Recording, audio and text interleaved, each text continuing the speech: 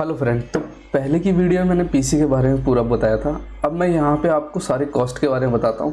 पहले अपने पीसी की कॉन्फ़िगरेशन दिखा देता हूँ मैं आपको, सो दैट कि आपको जेन्युइन में लगे कि हाँ ठीक है। जिस तरह यहाँ पे प्रोसेसर देख रहे हैं i9 14900 के 3.20 गीगाहर्ट्ज़ का है, ओवरक्लॉक होके 6.0 गीगाहर्ट्ज़ तक आ जाता है। ठीक है, 32 GB की रैम है यहाँ पे। ठीक है, और बाकी चीज़ें मैं आपको दिखाता हूँ। यहाँ पे मैं मैनेज में गया,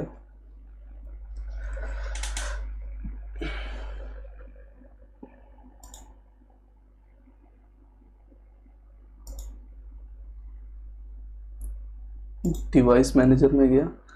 अब यहाँ पे सारी चीज़ें आपको पूरी पता लग जाएगी कि मैंने क्या क्या डाला हुआ है। जैसे यहाँ पे ठीक है ना, अब गीगाबाइट्स का है यहाँ पे। ठीक है ना, मदरबोर्ड्स आप यहाँ पे देख ही सकते हैं। डिस्क ड्राइव में सैमसंग SSD 990 प्रो डला हुआ है। ठीक है, डिस्प्ले ड्राइवर में आप यही देख सकते हैं NVIDIA का GeForce GTX 1650। इसको तो मैं चेंज नहीं कर सकता ना। ये इसलिए दिखा रहा हूँ क्योंकि बहुत से लोग ऐसे होते हैं कि फेक बना देते हैं, वीडियो दिखा देते हैं जस्ट बिकॉज ऑफ, इसीलिए मैं ये चीज़ दिखा रहा हूँ आपको। ठीक है, तो ये सारी चीज़ें हो गई। अब मैं आपको एक्चुअल पीसी का कॉस्ट बताता हूँ, और जो जो मैंने आपसे कहा था कि क्या प्रॉब्लम आती है वो सारी चीज़ें बताऊँगा। लेकिन सबसे पहले क्यूरियोसिटी होती है कि पीसी का कॉस्ट कितना है, तो वो दिखा देता हूँ मैं आपको। तो ये मैंने बना रखा है टोटल। ठीक है ना, मैं आपकी इसकी इनवॉइस भी दिखा दूँगा। तो ये पूरा टोटल है। जिस तरह इंटेल i9 14900 के 54300 का है। अगर ये पहले लेता तो 53500 का होता, लेकिन मैंने लेट कर दिया तो खैर एनीवे। गीगाबाइट्स ये मेरे को पड़ा 24,000 के अराउंड का। क्यों? क्योंकि औरस जो है E-Lite वो बंद हो गया एक्चुअली में। क्यों बंद हुआ? क्योंकि वो 6E में आ रहा था और ये भी 6E में है, वाईफाई 6E में। ठीक है, और दोनों की स्पीड फ्रिक्वेंसी थी, तो सब इसको ले रहे थे, उसको कोई ले नहीं रहा था। तो कंपनी ने करा क्या कि उसको बंद कर दिया और इसका रेट थोड़ा ज़्यादा कर दिया, 2000 रुपये। नहीं तो ये 22,200 तक का कॉस्ट कर रहा था ये। तो औरस Z790 लेने का रीज़न मेरा ये था क्योंकि उसमें हर किसी में NVMe में आप देखेंगे तो थर्मल कवर था। ठीक है ना, जहाँ पे हम SSD लगाते हैं तो वहाँ पे जितना भी था वहाँ पे थर्मल कवर था। लेकिन अब जो आ रहा है ये, अब जो ये Z790 है उसमें एक ही में है, और औरस E-Lite में तीनों में था। तो ये डिफरेंस है। खैर एनीवे, ये PSU 750 गोल्ड 6305 रुपये का कॉस्ट किया। मैंने पहले की वीडियो में बताया था कि इसका डिसएडवांटेज क्या है, मतलब, और ये मेरे को क्यों पछता रहा हूँ इसके पीछे लेने का। क्यों? क्योंकि जब भी आपका प्रोसेसर ओवरक्लॉकिंग चलता है, कुछ भी होता है, मैं आपको ओवरक्लॉकिंग भी दिखाता हूँ। कुछ भी मैं ओवरक्लॉकिंग वगैरह करता हूँ ना, तो उसमें होता क्या है कि इसमें फ़ैन तो बड़ी तेज़ इसमें चलने लगता है। ठीक है ना, UPS भी बोलने लगता है। अगर यहीं पे अगर मैं स्ट्रीमिंग भी कर रहा हूँ और रिकॉर्डिंग भी कर रहा हूँ, ठीक है ना, और उसके साथ साथ मेरा अगर मान लो 350 Ti ग्राफिक कार्ड भी लगा हुआ है, तो सोचो 750 वाट वो कहाँ तक लेगा। मतलब मिनिमम आपके पास जो है वाट बचेंगे। तो इसीलिए घबराहट होती है इन सब चीज़ में। आप देखते हैं कि SMPS फूक गया, ये सब हो गया। इसीलिए मैं कह रहा था कि 850 लेना चाहिए।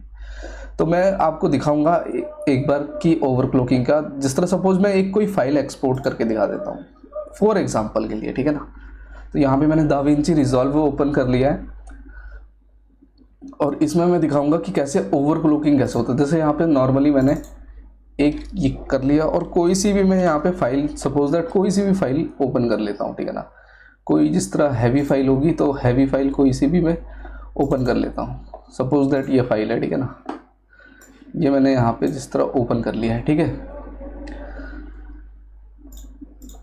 अब यहाँ पे देखूँगा कि टोटल इसकी लेंथ कितनी है। 1 घंटे कुछ तक का है। अगर मैं इसको एक्सपोर्ट पे लगाऊंगा ना, ये देखो क्विक एक्सपोर्ट पे किया, जिस तरह यूट्यूब पे करना है, एक्सपोर्ट किया, मैं कोई से भी इसका नाम दे देता हूँ, टाइमलाइन 1 दे देता हूँ, चलो ठीक है।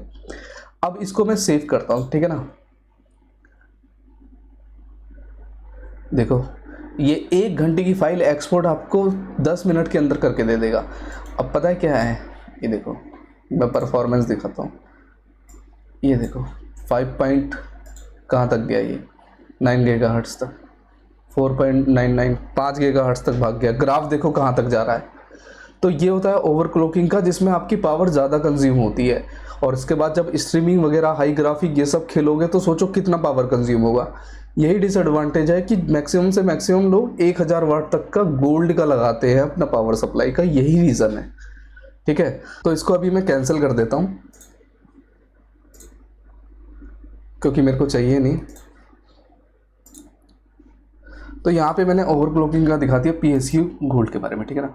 सैमसंग SSD 2TB 990 प्रो, ये मैंने इसलिए लिया क्योंकि ये भी पता है 16,000 कुछ का आ रहा था। ये मार्केट में अभी इधर 2-3 हफ्ते पहले इसका रेट बढ़ा हुआ है, नहीं तो 16,000 कुछ का था। 18,000 कुछ इसका कॉस्ट करेगा अगर आप देखने जाएंगे।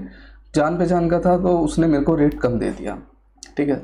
रैम का यहाँ पे जिस तरह 6000 मेगाहर्ट्ज़ तक का आपका रहना चाहिए कम से कम, सो दैट की फ्रीक्वेंसी ठीक हो, ठीक है ना। एक स्टिक मैंने सिंगल ली है, अब इसमें मैं चाहूँ तो 3 स्टिक और लगा सकता हूँ अपना 32 GB की, तो 128 टोटल हो गया। तो ये है, तो 10,000 का ये कॉस्ट किया है मेरे को, ठीक है ना। बाकी ऑनलाइन अगर देखेंगे आप तो 11-12 हज़ार का आपको दिखेगा इसमें। डीप कूल LE 720 मैंने बताया था कि 7,500 या 700 का होगा, तो वही है 7,700 का मेरे को कॉस्ट किया हुआ है। कैबिनेट C301 सबसे बढ़िया मेरे को ये लगा क्योंकि हैवी कैबिनेट है और काफ़ी ज़्यादा स्पेस है कैबिनेट के अंदर अगर मैं देखूँगा।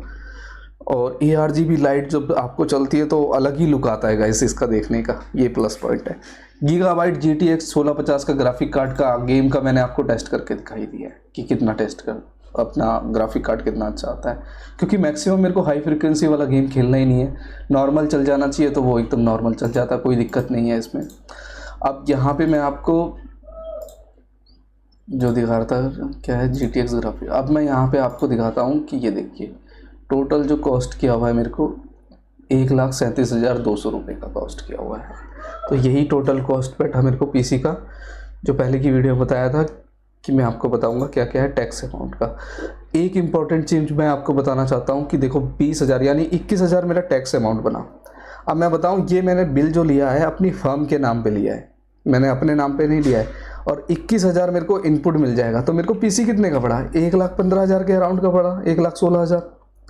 तो इससे मेरा टैक्स अमाउंट तो सेविंग हो गया। जब भी कोई भी महंगा PC आप बिल्ड करते हैं तो ये चीज़ देखिए कि GST नंबर, अगर आपके पास GST नंबर नहीं है तो कलीग के पास चले जाइए, कोई कलीग नहीं है तो फ्रेंड दोस्त कोई तो होगा, उस पर GST बोल दे भाई मैं तेरे नाम पे एक बिल कटवाना चाहता हूँ, मेरे को जो GST आपके नाम पे आएगा उसका मेरे को इनपुट क्रेडिट दे देना, और जो बिल उसके नाम पे कटेगा आप बिल अपने पास रख लीजिएगा। आपको वारंटी चाहिए ना, रखिए 1 साल 2 साल, क्या दिक्कत है।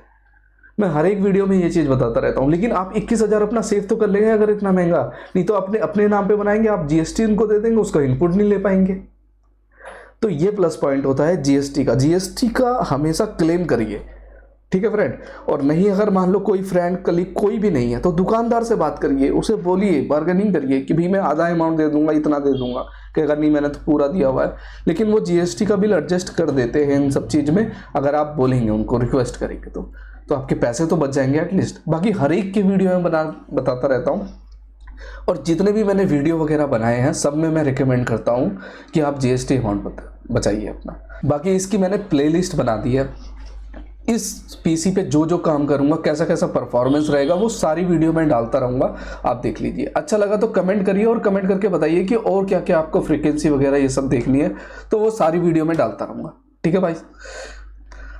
तो वो सारी वीडियो में डालता रहूँगा, ठीक है गाइस। अच्छा लगा तो प्लीज़ कमेंट जरूर करिएगा और लाइक करिएगा, ठीक है ना। अगर ऐसे ही आपका कोई फ्रेंड अगर बनाना चाहता है तो फ्रेंड के साथ आप शेयर करिए, ठीक है। तो मिलते हैं ऐसे ही नेक्स्ट वीडियो में, तब तक के लिए बाय।